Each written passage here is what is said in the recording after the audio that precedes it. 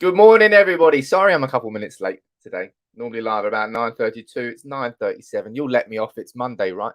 How are you all doing? How was the weekend? A weekend full of F1 fun. I'll tell you what, the F1 was great. No football. I didn't lose. That was great. How'd you get on?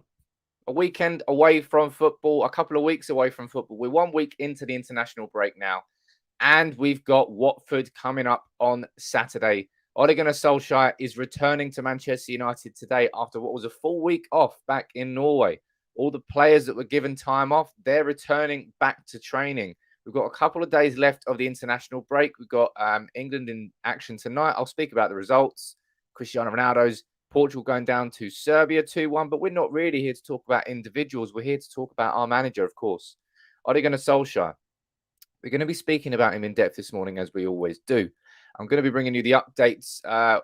Well, if there is any updates, I'll run through all of those on Zinedine Zidane, on Brendan Rodgers. Going to be speaking about Mauricio Pochettino as well. Going to be speaking about Donny van der Beek. Going to be speaking about Roy Keane and Harry Maguire. Going to have a little comment about the protests, in inverted commas, over the weekend at Old Trafford. I'm going to say my piece on that, and that's the last I'm going to do on it.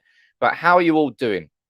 Where are you watching from? You let me know in the comments. Harshal saying, don't you get bored talking the same shit every morning?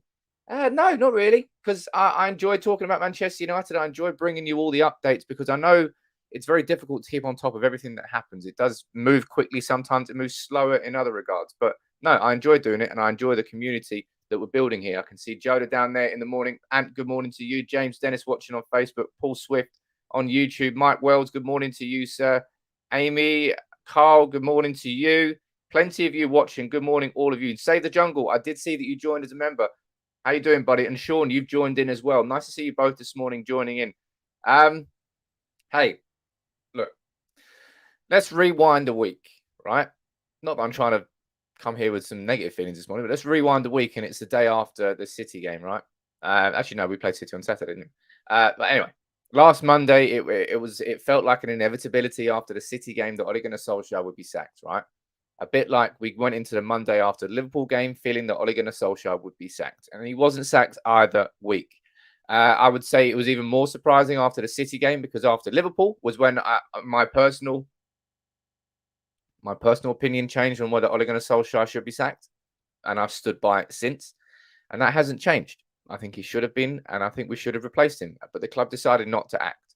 Whether that's the right or wrong thing, well, I suppose that's going to be proven against Watford. Although, as I said, and I've maintained this, right, I find it very strange, this conversation. I'll speak about Solskjaer coming back and what that means in a second. But Manchester United, we had the opportunity during the international break to replace our manager in the same way that Norwich did. And we decided not to. Aston Villa did as well. And then Norwich replaced theirs with Aston Villa's. That's quite funny. Although Dean Smith, I think, will actually do quite a good job at Norwich. We had the opportunity during the international break to get rid of Solskjaer, and we decided not to. And now we're heading into this Watford game, knowing that everything is on the line, and that if the right result doesn't come in against Watford, then the club has no choice, right? Or they literally it's going to be another 3 games to save his career. It's odd. I find it very odd, and I'm going to be genuinely quite furious if after Watford or Villarreal or Chelsea, if after one of those games that Ole Gunnar Solskjaer all of a sudden gets sacked, because the club has had this window of opportunity to, we try and speak about Manchester United being a proactive club. It's what I'd like them to do. And that's one thing I will say about the content that I've done on United People's TV over the last week, because I've come into some criticism. People accusing me of being disrespectful with the videos I've been doing on Ten Hag, on Zidane, on Rodgers. And I would disagree completely, because I think what I'm doing with the content I've been doing, I've been proactive. I've been taking a look at what could come next and what I imagine will come next, unless things magically turn on their head. If United do a full 180 and all of a sudden everything works properly, I don't see it happening, right? I don't personally see it happening, and that's why we're going to speak about Solskjaer returning this morning. We're going to speak about Zidane. We're going to be speaking about Pochettino and Rodgers. Now, I've covered all of them in detail. I've done a full story on Ten Hag, looking at all the stories. I've done a full story on Rodgers and looking at all of those stories.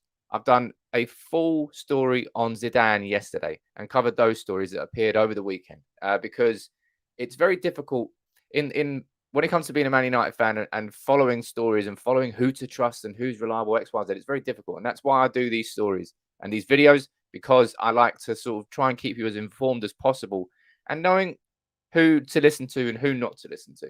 But let's get straight into the news this morning. As always, you keep firing in your opinions, keep firing in your questions throughout the entire stream. I'll try and engage as much as possible. I'll try and interact with you as much as possible, and I'll read out on a few of your comments. Let's read a few comments out right now before we get started. We've got Otto watching from Cape Town. Good morning to you, Otto, watching on Facebook from Cape Town. And we've got Mick watching. Good morning to you, Mick. Jay Razor, you're saying money-hungry businessmen like the Glazers accept that good and bad publicity work hand in hand. Glazers out. Well, I won't disagree on Glazers out, my friend.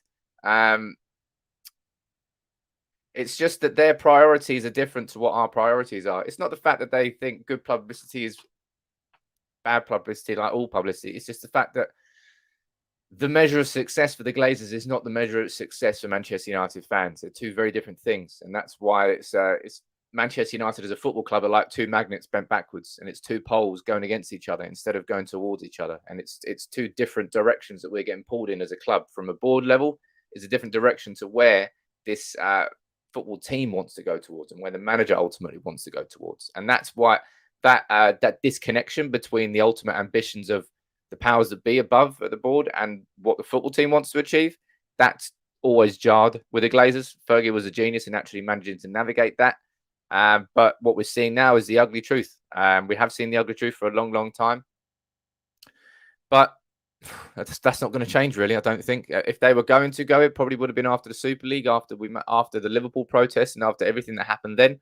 But then they signed Varane, Sancho and Ronaldo, and it all went a bit quiet. And they muted a lot of the anger with those signings. It was a business power play, I would call that. But also at the same time, it gave United players that we needed. Saying that, we haven't used Sancho. But look, Ole Gunnar Solskjaer is back at Manchester United this week. Man United returning to training with Ole Gunnar Solskjaer to prepare for Watford. Manchester News here going on to say the Man United squad returns to full training on Monday after being granted a week off. Well, an option of a week off. What's your opinion on that? I think we said it. I kind of brushed on it last week when we were discussing it. What's your take on this week off that Ole Gunnar Solskjaer has had and the week off that the players have had? Do you think it's fair enough? They're human beings as well as professional footballers. They're allowed a little break. They've gone there and they're coming back now. They've got a week to prepare for the Watford game. Fair enough. Completely normal. Or would you say, I'm surprised that they took a week off. I'm surprised they were given a week off, given everything that's happened at the club. You'd think that they would be working overtime to correct those problems. Where do you stand on all of this? I'd like to know your opinion on that one. Anuj, good morning here, saying, don't worry, Sam, love your content. Big up to you. Haters will... It's not... I haven't been getting hate. I don't give a shit about that. I swear to God. Like, when it comes to working online, you have to have a thick skin. I've had a thick skin for a long, long time. So it's not as if these comments affect me, but I like to justify my own position because I don't want to sound like a hypocrite, because I'm doing this content to be proactive. And I think that's what the club should have been doing and could have been doing this week with Solskjaer. But instead, we're at the situation where we're at now. Save the Jungle, you disagree. You say they don't need a break. They have had several breaks. And look, Doug is a very fair point there. What's your opinion on all these athletes? Keane, well, I mean, there's a lot of... I think we take for granted watching... I would say this argument has justifications from both points of view, but from just a human point of view, I don't have a problem with the break. I think the context of everything that's going on right now, maybe a week was a bit long. Maybe, if you want to argue that. I don't have too much of a problem with it, if I'm being completely honest. I think people are trying to find an overly negative story in that sense. But it's just the fact that everything's going on at the moment. You're thinking maybe, look, who's to say that Solskjaer wasn't working 8 hours a day in his own personal office at home? You can't make the assumption that he wasn't. And maybe that's not the sort of thing that's needed, considering the work should be done on the training ground. But as I said, I kind of believe it's a bit of a non-story, if I'm being completely honest. But let's see what goes on when he comes back. But he is back. Solskjaer is back today, and I'm sure we'll see pictures of him arriving at Carrington this morning, of the players arriving at Carrington, and then we see what's next. In your opinion, ladies and gents, what sort of reaction are you expecting against Watford? Do you think there will be a reaction? I personally, I can't see it. I can't see it.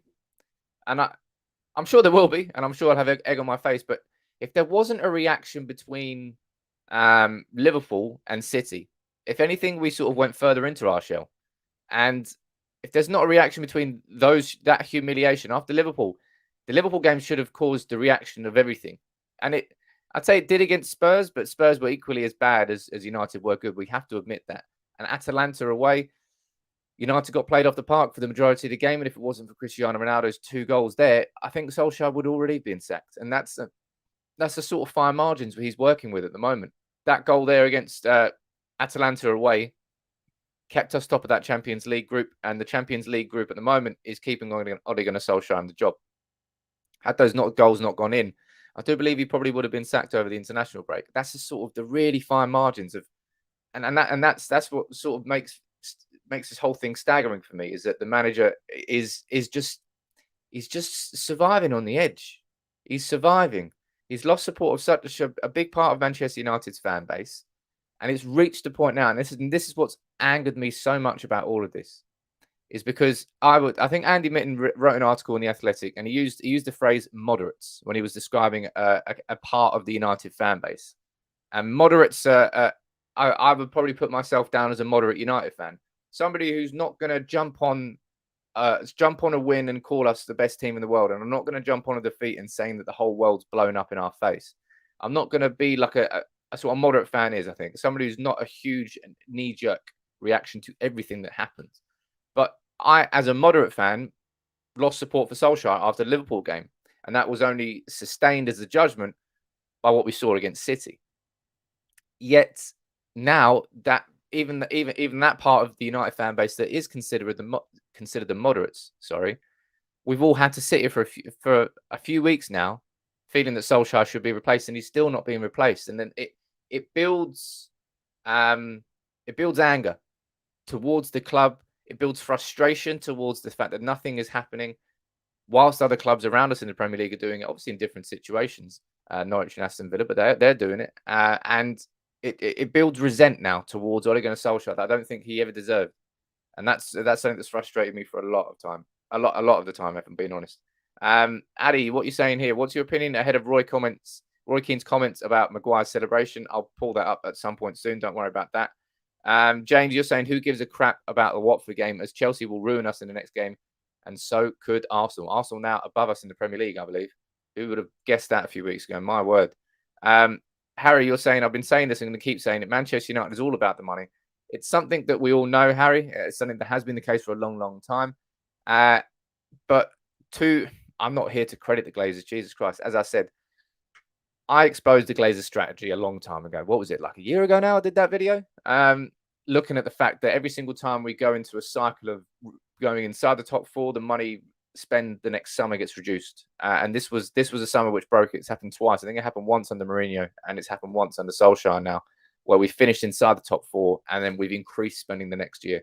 And that's what we did this year. And now look what's happening. It only gives justification to the goddamn Glazers. What's happening this year is giving them justification for saying, yeah, well, that's why we don't spend after we get inside the top 4, because we can't ever reach that top level. It's like they've just got an acceptance that Liverpool and City are that far ahead that we're just not going to reach it, so that we're just a top 4 club now. And that's ridiculous. Oh, look, FC watching from Kosovo. Good morning to you, my friend. Nice to see you there. Let's go down here. And nice to see you this morning, buddy. Hate to say it again, but weeks ago, I called us being in the bottom half of the table by Christmas, and my opinion hasn't changed. We are predictable to every team right now. Jeez. I mean, I'm not. Well, you might not be wrong. I really hope you're wrong, but you might not be. But of course, the big question remains about Ole Gunnar Solskjaer and his future at the club. It's something that's dominated stories ever since the Liverpool game, and that was what, 3 weeks ago now. So nearly a month of this, just constant speculation. I mean, the speculation around Ole Gunnar Solskjaer's future has always been there.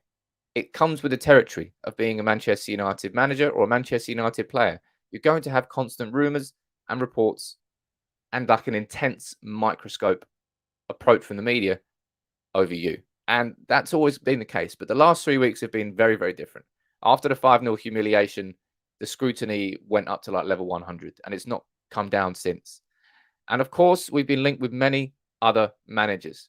Now, Zinedine Zidane, Brendan Rodgers, Mauricio Pochettino, if you really want to pull him in, I don't really think he's been linked that much, but I'm going to speak about an article from Mike McGrath in the Telegraph this morning. I would say Brendan Rodgers is probably the person who's had the strongest links. Obviously, Ralph Rangnick came in at the beginning of last week, and that went away just as quickly as it came in. Ralph Rangnick, of course, he's working as a director, I think, of global communications with Lokomotiv Moscow. And I did 2 videos on him. I did one looking at the full story and one looking at who is Ralph Rangnick. You know, what is his coaching philosophy and style? And I swear to God, by the end of that, I was just like, well, I can really see why he would be a very good appointment for Manchester United. But they went muted, went very quiet. Then the Brendan Rodgers stuff started, and that kind of caught people a little bit by surprise. I covered all of those. Then the Zinedine Zidane stories came out again. And with the Zidane stories, they kind of, I wouldn't say they caught me by surprise, but I wasn't expecting them because if you saw the reactions to the Liverpool game, and that was where you saw the Conte stories really coming out and developing before he went to Spurs, obviously. And there was nothing on Zidane. All we heard on Zidane at that point was that Zidane wasn't interested in the job. So to hear and see all these Zidane rumours sort of changing direction over the last 72 hours is a little bit of a surprise. In terms of an update and the latest on Zidane here, this is coming from, was it a Portuguese journalist, I believe? Yeah, Pedro Almeida. I'm not going to look into this too much, but it basically, it reiterates here what I covered yesterday in the full story. Talks are ongoing between United and Zidane. However, the deal is difficult because his preference right now is to coach the French national team. You've got, as I said, Fabrizio Romano said the opposite on this sense. He said that there are no talks between Manchester United and Zidane. But everything we've heard so far about Zidane is that his preference right now is to coach the French national team. Now, what is your opinion on Zidane? You let me know in the comments, and we'll have a quick few minutes chat about Zidane and whether or not he'd be good for Manchester United. What I'm going to do today, I'm going to do a video coming out this afternoon. I'm going to do my in-depth look at Zinedine Zidane as a coach. I'm going to take a look at his philosophy, going to take a look at him discussing the sort of the framework of his management style. I'm going to take a look at formations that he's used at Real Madrid. I've done one on Ralph Rangnick. I've done one on Brendan Rodgers, and I'm going to do one on Zinedine Zidane. Maybe I'll do one on Ten Hag this week, but I don't know whether that would be slightly too early because I think if Ten Hag was to happen, I don't think Ten Hag would happen now. As I said, I'm very, very firm on the fact that I don't think Ten Hag would come in before the end of the season. But again, I can't prove it wrong. And as I said, I'm doing these videos because I want to be proactive. I want the research to all be out there so that when people want to find out about what Zidane could do at Manchester United, that video is there for them. Let me see what you're thinking here about Zidane. Rego, you're saying Zidane will bring in good prospects. So, yes. Paul, you're saying you don't want Zidane. Linvel, you're saying he has no interest in France or Juventus. Of course, you can't rule out PSG either for Zidane. UAT, you're saying Zidane is very much the right choice. Takeoff, you're saying Ten Hag.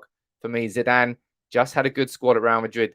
Now, as I said yesterday, actually, when I was covering that in the full story, yeah, he did have a head of a squad. He had Benzema, Ronaldo and Bale. He had Kroos and Modric in midfield. He had Varane and Ramos. He had Marcelo. He had an insane squad. But so many managers at Real Madrid have had insane squads and not achieved. And to Zidane's credit, over 2 spells, over a few-year period, he won 3 Champions Leagues and he nearly won 3 La Liga titles. Only got pipped to that 3rd one on the final day of the season by Atletico Madrid. So, yes, he did have a very good squad, but he also made the most of it, for sure. And Gary, you're saying you'd be mad not to want Zidane. I don't think he'll come. My gut there is saying that Zidane is probably going to be waiting for that France job. But at the same time, that's like 14, 16 months away at an absolute minimum. And you can't rule out the fact that France could win that World Cup and that Deschamps would get another extension. Can't rule it out. I mean, it's unlikely because, you know, teams don't typically really hold the World Cup twice. But you never know. You can't rule it out. And Alex King, and this is an important comment and an important point here that we all have to remember. because a lot of United fans have that mentality right now. Anyone will be better than Ole Gunnar Solskjaer. And that is not the way that we have to be choosing our next manager, because you can't do that. Because if you do that and you get the wrong person in, then you have no idea what's going to come a few months down the line when you hit a little mini crisis, and you think, crap, I made the wrong appointment again. United have just, we cannot afford to make the wrong appointment. I stand by the fact that Solskjaer was not the wrong appointment.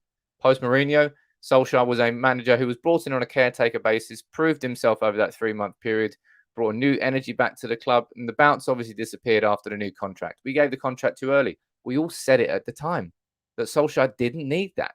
He didn't need that permanent deal at that point. There was no point doing that before the end of the season, but Woodward jumped early. A bit like Woodward jumping early with the contract extension in July and with Mike Phelan getting a new deal only like a month ago. We've been bad with contracts for a long time at the club, and until Ed Woodward leaves, that clearly isn't going to stop. But I don't think that Solskjaer was the wrong appointment. But what we have to do is get the right appointment next, because this squad we've got, it's not finite. It's got quite a limited lifespan, I would say, this squad. We've got Ronaldo there, obviously at the crown at 36. We've got Paul Pogba. He might not be here for much longer at all. We can suppose have a little debate about that this morning if you want to. But that squad there, I mean, any squad's difficult to keep together for more than 2 to 3 years, really. And that squad there, and that's why I'm saying this next managerial appointment has to be correct, because it's not that success has to be immediate, but the impact has to be immediate because of the quality of the squad that we've got. Signing Ronaldo brought a new immediacy on success at Manchester United, and it took away a safety net, really, for the club. Because Ronaldo's there, you've got to win. Although Ronaldo yesterday getting not knocked out, but Serbia stealing the automatic World Cup qualifying spot with that late winner from Mitrovic. That guy bangs in goals in the Championship. Absolutely poop in the Premier League, though. Zidane's got a proper coaching staff, not the same with Solskjaer. It's a good point there. I'm going to look into that in terms of the staff that he could bring. X30 saying 1,000 people smack it. Like, there's 1,000 you watching, man. Come on, drop a like on the video. It does nothing but help the channel, and it's free. So please, if you would, consider dropping a like on the video. Jay Razor, you're saying should have moved on Conte. We missed out there. And Conte, as I said, it comes down to the indecision at the board. Manchester United, we don't know what to do with Solskjaer. We don't know what to do without Solskjaer. It's exactly why we're in this situation. If we had a more decisive board, it's like sitting there with your partner and you're like, let's get takeaway tonight. You know what? Let's get Chinese. What do you want? I don't know. I'll have chow mein, spring rolls, wicked. What do you want? I don't know. Can I have like 15, 20 minutes to decide from the menu? No, just choose. Just choose something. That's exactly what United's board are doing. They're basically trying to get Chinese takeaway. They've got no idea what they want. That might be nice. A little bit of that. Very, very indecisive. And if it wasn't that case, I think we would have sacked Solskjaer during the international break, but we didn't.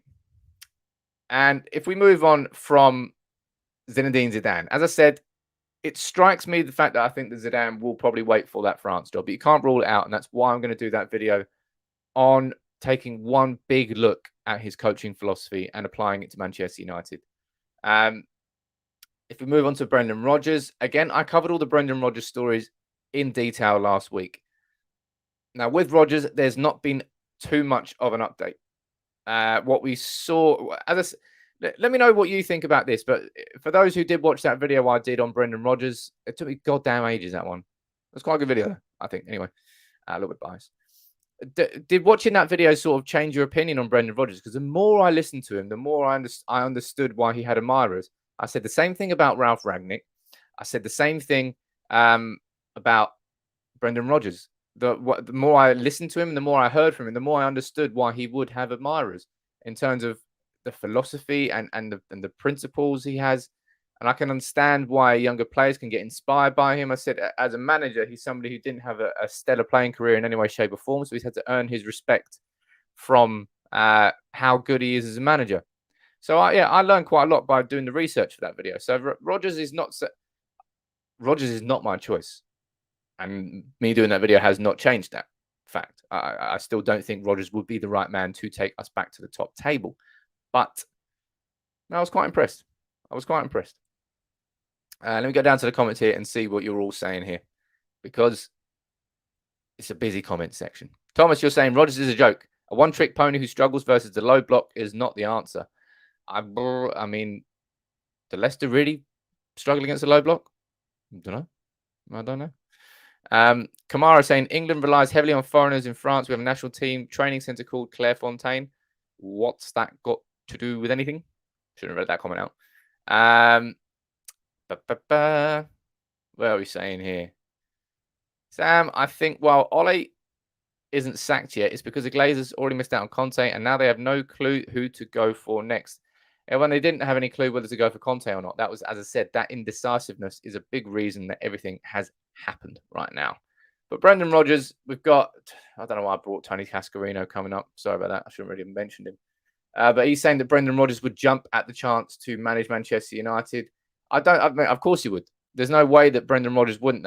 And that's, as again, referring back to the video and the research I did on Brendan Rodgers, he was saying that he doesn't like to be in a club where things sort of flatline, where it just stays stagnant and stale. He likes to be in a situation that challenges him. And I think his career at Leicester has stagnated, missing out on the top 4 2 years in a row on the last day of the season, twice, won the FA Cup. That was good. Tielemans, that goal. Oh, Tielemans, what player. I think it has stagnated a little bit at Leicester. So, of course, he would jump at the chance of coming to Manchester United. Aaron, what are you saying there this morning, buddy? Do you think the ball will stick with Ole until the end of the season? And then we'll go in for Ten Hag? Man United are effectively forcing themselves into that corner with the decisions that we've taken over the international break. There's now not an international break until, what is it? I think there's a Christmas break in January. Or we got that this year. I don't know if you do. But there's no break now. Football is full tilt from now on until 2022. For the next 6 weeks, it is games galore. We go over here. Let me pull this up. Actually, I thought I did put them up. Come on. And let's take a look at the fixtures, because there is no break now for Manchester United to sack a manager, to have a little bit of time for that manager to come in, to embed himself in the squad. If Manchester United now, look, if things do not turn around immediately and the club decides, you know what, right, at this point, we just have to say that Ole Gunnar Solskjaer is going to be sacked. For us to do that at this point now is just going to be absolutely crazy. Absolutely crazy. If we have a look at this, look, these are the games we've got coming up. We've got Watford on Saturday, 3 o'clock kickoff. And then we've got Villarreal 3 days later. And then 5 days later, we've got Chelsea away in the Premier League. A few days after that, we've got Arsenal at home in the league. 3 days later, Palace at home. 3 days later, Young Boys. 3 days later, Norwich. 3 days later, Brentford. 4 days later, Brighton.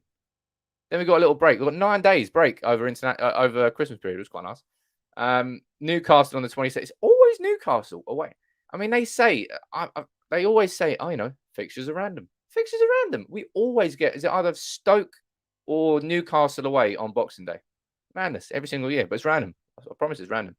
And then you've got Burnley on 30th. Then you've got, look, there's a gap there. 3rd of Jan to the 15th of Jan. That's what I thought it was. That's our first. So for the next 6 to 7 weeks, it is just full tilt football. There is no break coming up. There's no international break to slow things down. There's no chance for United to be able to take a little bit of a step back and make a change. And that's why I think it's surprising that United didn't make the move inside the international break. But it also goes to show that somehow he still has support. And as I've said this before, and again, this is not being disrespectful. This is just speaking about facts now. I find it staggering that the club didn't sack him, because there's very little reason to justify Solskjaer being there now at this point. In terms of, we're looking at a broken dressing room. We're looking at a broken fan base. We're now looking at a divided board as well. Solskjaer does not have 100% support from the board anymore. That's just not the case.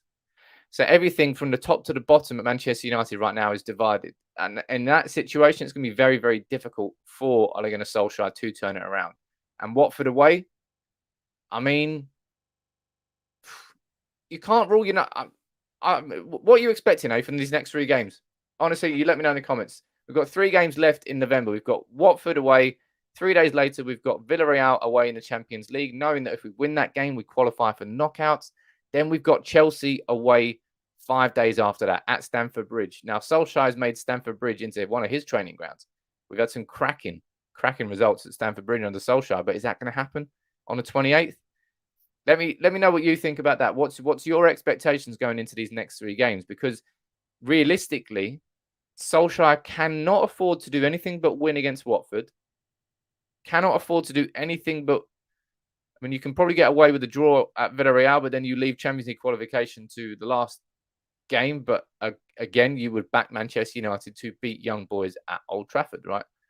So I would say a minimum is a win at Watford. A minimum is a draw at Villarreal, but ideally a win. And then you're looking at Chelsea away. I mean, what are you expecting there? Victor, you're being chipper and chirpy this morning. You're saying 3 losses. Rajan, you're saying 3 points in the next 3 games, so 3 draws. We'll lose or 3, says Frank. Shane, you're going for a win and then 2 losses. Thomas Clark, you're going for 3 losses unless he drops Shaw, De Gea, and McFred. Win, draw. Oh, you're throwing another game in there. Win, draw, loss. Draw, loss. Draw, loss. Well, I would say that there's an overwhelmingly large feeling of pessimism among United fans right now. It's very difficult for us to now head into a game with any sort of real optimism. Not after what we've seen between the last international break and this international break. Not since Leicester, and then we've had Atalanta. Obviously, we've had magical moments and individual goals and late comebacks, and that second half against Atalanta at home was one of the great comebacks at Old Trafford. It wasn't one of the great European nights at Old Trafford because we got absolutely floored in the first half, but it was certainly one of the great comebacks.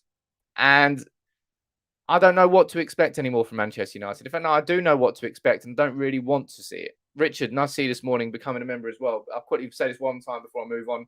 I can't remember the name of the lad who won the shirt this week. I'll find his name again. I haven't got it to hand, but he hasn't got in contact with me. So I'm going to give him another few days. I'll reach out to him again. I think his name is Mike. But if you don't reach out, Mike, it might be a rollover. Next Friday, we might be giving 2 Ronaldo shirts away instead of 1 if he doesn't get in contact. But look, if you want to join Richard, become a member of the gang, that would be cool. I'd love to have you on board. Giving one of these away every single week between now and New Year. As I said, these aren't from the mega store. The Glazers will be getting no money from these. They are excellent replicas. Is what it is. If you'd like to be in a chance winning one of those every single week, I'm giving one of those away.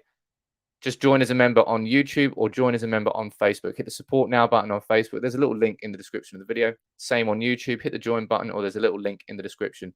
It's your way of just giving a couple of quid a month. It's your way to support the channel and come closer. And the lads, Richard and the other members who've joined on YouTube, and if you've joined on Facebook as well, go into the Facebook supporters group. There's a private group there. There's a link to a private WhatsApp group. Come and join us all in there. If you're on YouTube, hit the community tab. There's a link to the WhatsApp group on there. Or it was me. I have 2 accounts. I think you might be lying there, but you never know. As I said, any current members, you all get access every single week to enter that draw as well. So it's not just for new members. Now, another manager that we can talk about, who we haven't really talked about, and this is coming from Mike McGrath, who, as I said, is a decent and reliable journalist. That's why I'm putting this up. He's saying that Pochettino is open to the Premier League return, but will the timing be right for United?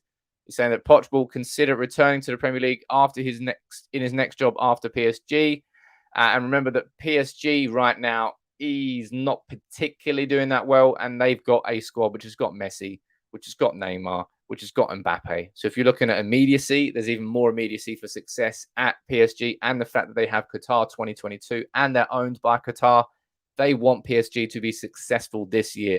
When PSG winning the Champions League this year, just before the Qatar World Cup, is basically their dream, and they're going to do anything they can do to achieve that. So maybe they're going to look at that. Maybe they're going to sack Pochettino. Maybe they're going to get Zidane in, bring him in on an 18-month contract that would suit him, win them the Champions League, and then he can go to France after Deschamps leaves after Qatar 2022. I'm speaking hypothetically, speaking out loud here. That might be what happens. Now, Pochettino, if he comes in, would you be happy at Pochettino? Let me know. Let me know in the comments. Say Pochettino, of course, before Solskjaer was given the job on a permanent basis, Pochettino was a manager who a lot of us wanted in. He was top of my list. I really, really admired the work that he did at Spurs in pretty difficult circumstances, I would say, under Daniel Levy, the amount of players that he brought through, the squad he built. Of course, failed. If you're comparing failures, it's a bit like Brendan Rodgers failing with that Liverpool team in 2014. That's what Poch did with that Spurs team. Spurs did bottle it towards the end of the season. We looked like they were going to win. But Poch is a name that's been linked before. Now, the Poch rumours have not been strong at all. And I'm not saying they are. Just putting up this article from Mike McGrath to have a little talking point. Because Poch could well leave PSG. And if he does leave PSG, I don't know. Let's have a look. Gangshi, you're watching that. Hello, buddy. You're watching from hospital, getting your second vaccine jab. My predictions for the next few games will be pain. Well, hopefully your injection isn't painful, mate. Well done getting the vaccination. And I would encourage anybody else to get the vaccinations if you haven't already. But, mate, the next few games will be tough for Manchester United, Gangshi. They shouldn't be at Watford away. No disrespect to Watford, but come on, United. It's fucking Watford away. But this isn't United anymore, eh? Teams can look at us and just go, yeah, we can probably get a result here. William, you've got a comment here you want to say, saying a lot of entitled and indulged so-called fans on this post today. Get over yourselves. We had the years rebuilding under Fergie before we challenged for a title. 7 years it took Fergie. Now, William, while I would semi-agree with part of that, I would disagree in other parts of it. Football has changed. There's no point now, any of us looking back at Fergie and saying, it took him years and years. Football is different. Football was different back then to what football is now. And Manchester United is different to what it was. When Fergie came in, everyone was getting pissed and going out partying and then turning up for training drunk.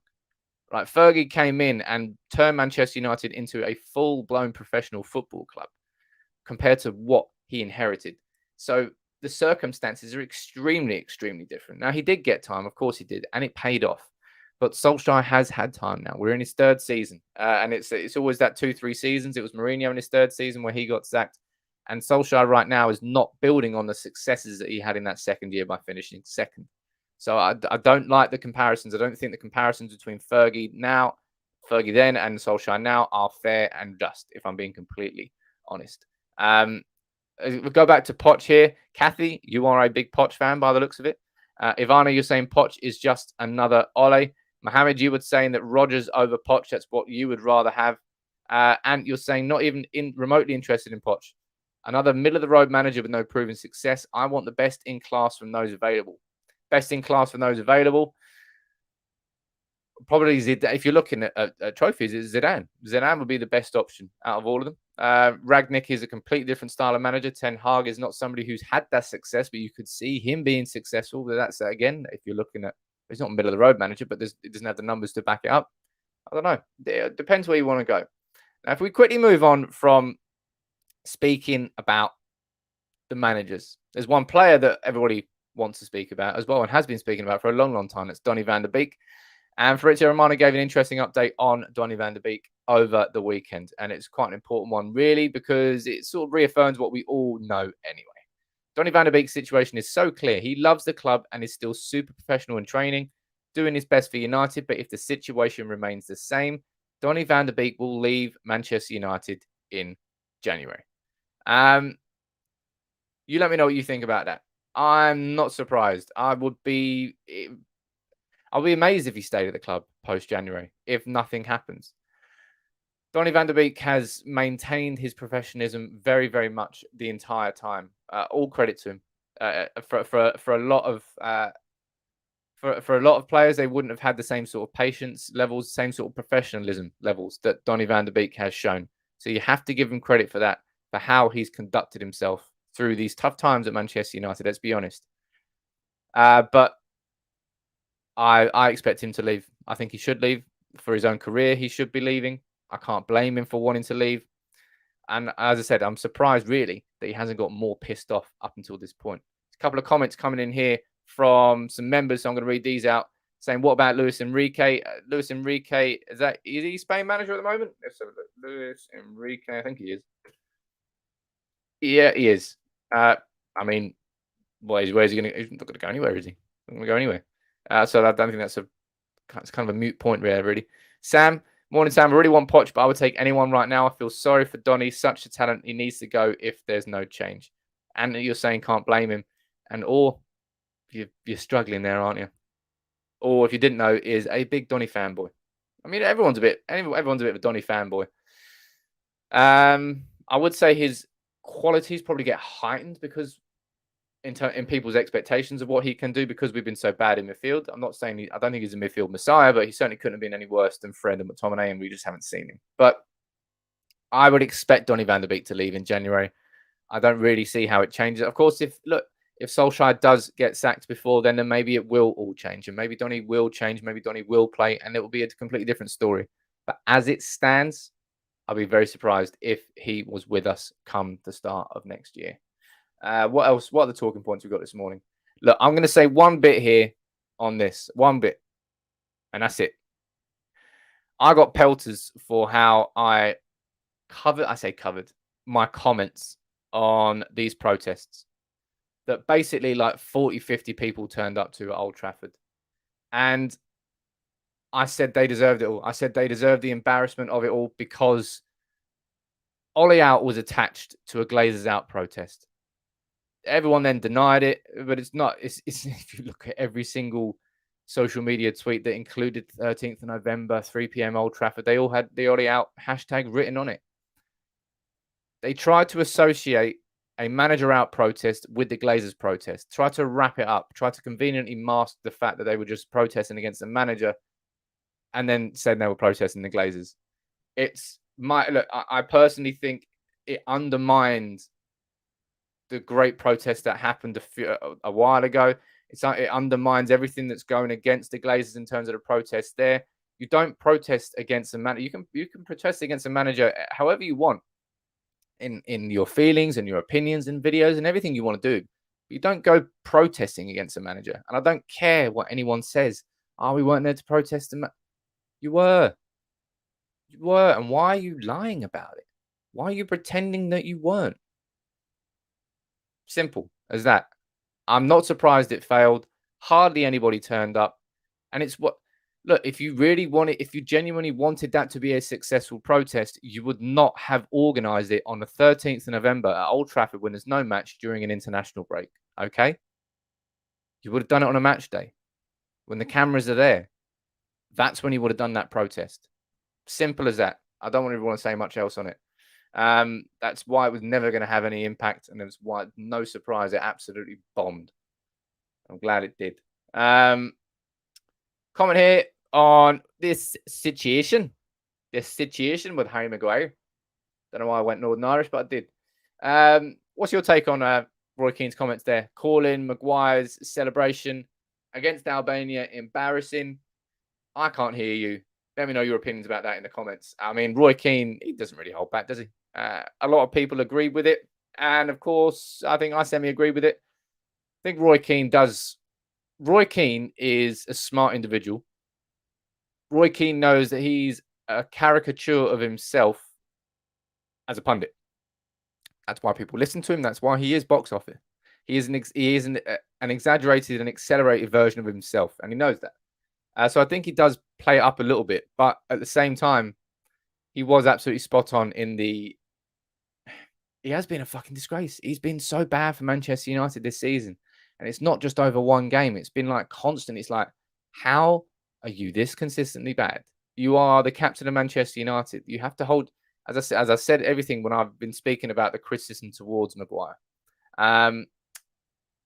When you are Manchester United captain, you will be held to a different level of scrutiny, and you should be held to a different level of scrutiny than every other player around you. Simple as that. You're wearing the armband. Your height, your standards have to be higher. Otherwise, how are you supposed to be an example for other people to aim towards? So that's why Roy Keane's been going in so hard on him, because he knows what he did as a captain for Manchester United and the standards that he held himself towards and the standards that he thinks he can't see Harry Maguire holding him towards. And that's why he's going in so hard on Maguire. As I said, I can't really disagree with anything that Keane said. Maybe as harsh as it was, I think it was fairly harsh. My opinion. Roy Keane to the end of the season says save the jungle. Could you imagine that? Absolutely mad. Gary saying spot on Keno, fine, celebrate your goal, but don't act like you've made it after scoring against Albania. And as a centre-back, scoring doesn't change your poor defending, does it? It just means that you've finally managed to get a header on target. Can you imagine if Maguire got headers on target United? My God. And it was bloody disgraceful, frankly, Sam. Maguire has no right to be even attempting to show off. He should be stripped to the captaincy. should he have ever got the captaincy? It was a bit of an odd decision considering he'd only been at the club for a few months. Jody is saying Keane nailed it. I was cringe watching it. Keane is a legend, says Julian. Proper embarrassing, says Klein. Kevin Bird, you're saying it was spot on, and so is Shane. Linville, you're backing him. And Mike, you're definitely backing him. Proper embarrassing, says Klein. Proper. I don't know, I'm Welsh. I don't know what's my. Or you're agreeing. Garrett. All right. Okay. A lot of you agree with him. Majority of you agree with him. But yeah, no centre back should be celebrating. I know any player can celebrate a goal, but Maguire doing that, yeah, he just got caught up in the wave at the moment. He goes, "Oh, I'm not shit." That doesn't really change that. De Gea probably should be the captain at Manchester United. I'm not really sure why he was never given. It's odd, but it is what it is.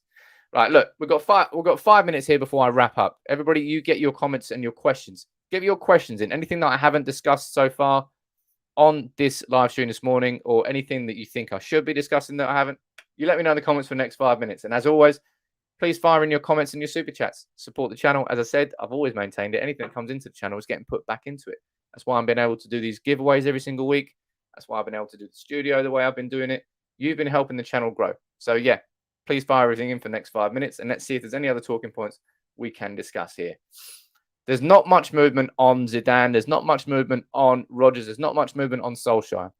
I will maintain that I'll be extremely surprised and baffled if at this point between now and Saturday, anything happens with Solskjaer. If that was going to happen, it would have happened last week. The club would have already made those steps. And if we do it now, then we've taken a week away from ourselves. Although again, I don't like to make presumptions. So maybe United have been working on this behind the scenes. Maybe if we were to sack Solskjaer in the next couple of days, we've already had these conversations with other managers. And we've got it all in place. But I'm just going to be surprised. I'm just going to be surprised. And you're saying, what's Manchester United's best case scenario at this moment? Best case scenario is United just turn it around, I suppose. United all of a sudden against Watford, against Villarreal, against Chelsea, we start. The best case scenario is that we build on results. We go from game to game to game, and we improve and we improve, and we keep going upwards. But that's just, it's unlikely. It's unlikely at this point for that to happen. For us to consistently build on performances, we might be able to put it out a performance against Watford, and then all of a sudden, a few days later, look shaky and scared against Villarreal, and then a few days later, get absolutely pumped by Chelsea. It's odd. It's very, very odd what you expect from Manchester United right now. So if the best case scenario, I don't know what the best case scenario is right now. But in terms of football, of course, it's just winning those games. Let me go down to the comments. Gary saying, Sam, did you see Everett's Instagram post? He said, Bossa wasn't scared of you. I was scared of disappointing you. An interesting glimpse into his mindset and something today's players could take on board. Yeah, that's what good managers do. They inspire loyalty, and loyalty means you don't want to let that man down. You don't want to let that person who's put so much faith in you down. And yeah, that's what good managers do in work, in any work. Where do I see Manchester United by the end of the season, says Umar. At this particular moment in time, we're going to struggle to get inside that top four. Just the way it looks. City, Chelsea, and Liverpool. It's basically your top three. Guaranteed there. In what order? I don't know. But that's your top three guaranteed. Which means therefore, it's going to be United, Leicester, Arsenal, and you would probably back Conte to get Spurs into a position where they're challenging for that top four position. So you've got 4 teams vying for that 4th spot. And out of those 4 teams, I would say Spurs are now in a better position because they got Conte in for the rest of the season. I would say Arsenal currently are in a better position under under Arteta, because things seem to be coming together well for them. Leicester, you can't rule out Leicester because they've been a consistent team for a long time, but as they've missed down the top 4 in the last couple of years, maybe they'll do it again. Then you've got United, who you just Jekyll and Hyde. You don't know what United's turning up. And if we turn up to the party like we should turn up, we could even get into that top 3. But you just don't know what United are doing this season. It's ridiculous. Carl, you're saying, can we have a discussion about the dip in form of Bruno, please? I'll speak about individuals when the football returns, Carl. I've been sort of avoiding it at the moment. I don't think it's really going to help anything to be focusing on individuals when the problem is much bigger and wider than individual players at the moment. Or you're saying, hypothetically, If it was up to you, Sam, who would you appoint to replace Ole in our current squad? Who will be captain? Please elaborate on both. That's a big old one. I don't know. From the research I've been doing, I love the idea of Ralf Rangnick on a short-term basis and the idea of Ten Hag on a long-term basis, because that would not only mean that Manchester United gets someone who, in the short term, has experience of modernizing clubs and bringing stability to clubs and experience across different levels of working inside a club, not only from a managerial level, but on a board level too. So there's nobody really who ticks more boxes really than Ralf Rangnick in terms of the overall position, because we need someone who's strong, as I said, has experience in doing that. Ralf Rangnick won't turn this Manchester United team into an absolute world beater. I mean, he clearly will have a very tactical and clear approach and philosophy that he would instigate, but it's more the fact that Ralf would come in and give United the ability to properly plan and lay the bed for Ten Hag or Pochettino or Zidane. But in my opinion, it'll be Ten Hag. That's who I would personally choose. So the idea, and because if we don't do that and we bring in someone else now, it feels like United would do it without properly being able to think about it, in my opinion.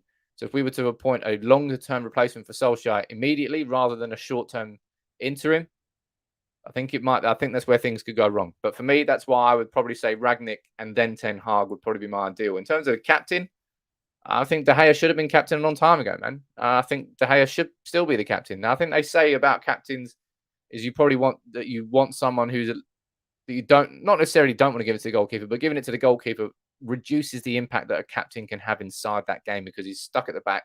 He can't really get involved in shouting, keeping people disciplined and controlled, but you can do that from the back. Ish. But I would probably say De Gea, if I'm being completely honest. Let's head down here and see what else you're saying in the comments, ladies and gentlefolk. Can you answer the super chat? What super chat? I don't know what super chat you're talking about there, my friend. I've just answered it. Let me see if there's any that I've missed. I don't think there are any that I've missed. Nope, there aren't. So let's go down here. Let's answer a few more of your questions before we finish up for today. Tactically, we are lacking no ideas, no bigger picture, unfortunately. Hey, look, we know that now. Warren, you're saying, hey, Sam, your studio setup is looking much better. Can see the super chats and membership fees. There you go. Look, as I said, I'm not lying when I say that anything you do to support the channel, I'm putting back into the channel. It's about investing. It's about making things better. And that's what I'm trying to do. And what have we got next? Podcast I've been working on for a long bloody time, but it's just I keep getting distracted. Hopefully the video content you like as well. But look, hey, let's wrap it up for today. Oh, yeah, shit. That's a good point, actually. Stephen, so you forgot about West Ham flying. They are flying at the moment. I don't really think that West Ham will get inside that top four, but you can't rule it out. Moyes is doing a good job. Jesus, imagine saying that a few years ago. My God. Anyway, I'll wrap it up for today, and then I can start working on that Zidane video. I'm going to be doing one big video today on Zidane, on his coaching philosophy, his coaching style, the tactics, what he could bring to United, maybe who the coaching staff would be. It might be my last in-depth one. I've done one on Rodgers. I've done one on Rangnick. I'm going to do one on Zidane. At some point, I will do one on Ten Hag as well. I just don't know whether now is the time to do that, because I don't really think Ten Hag could come in my opinion. So hopefully you'll enjoy that. And I'll get that video out at some point this afternoon. Depends how long it takes me to edit it. But thank you all very much for joining in this morning, as always, in the live stream. Thank you all very much to all the mods in here, Anuj, and I can see the mod squad, as they say, mods and rockers. Thank you all very much for all your comments, all your super chats, and to all the new members as well. Thank you all very much for joining in. I'll see you tomorrow at 9:30, as I always do. If anything happens and breaks today, you know where to come here on United People's TV. Make sure you check out the Zidane video that's going out later on as well. That should be a good one. But take it easy, everyone. Monday, United are back, Solskjaer are back. Let's see if anything develops. I don't really think it will, but it doesn't mean that we can't be proactive and have conversations about who could come in next, which is what we're going to do later.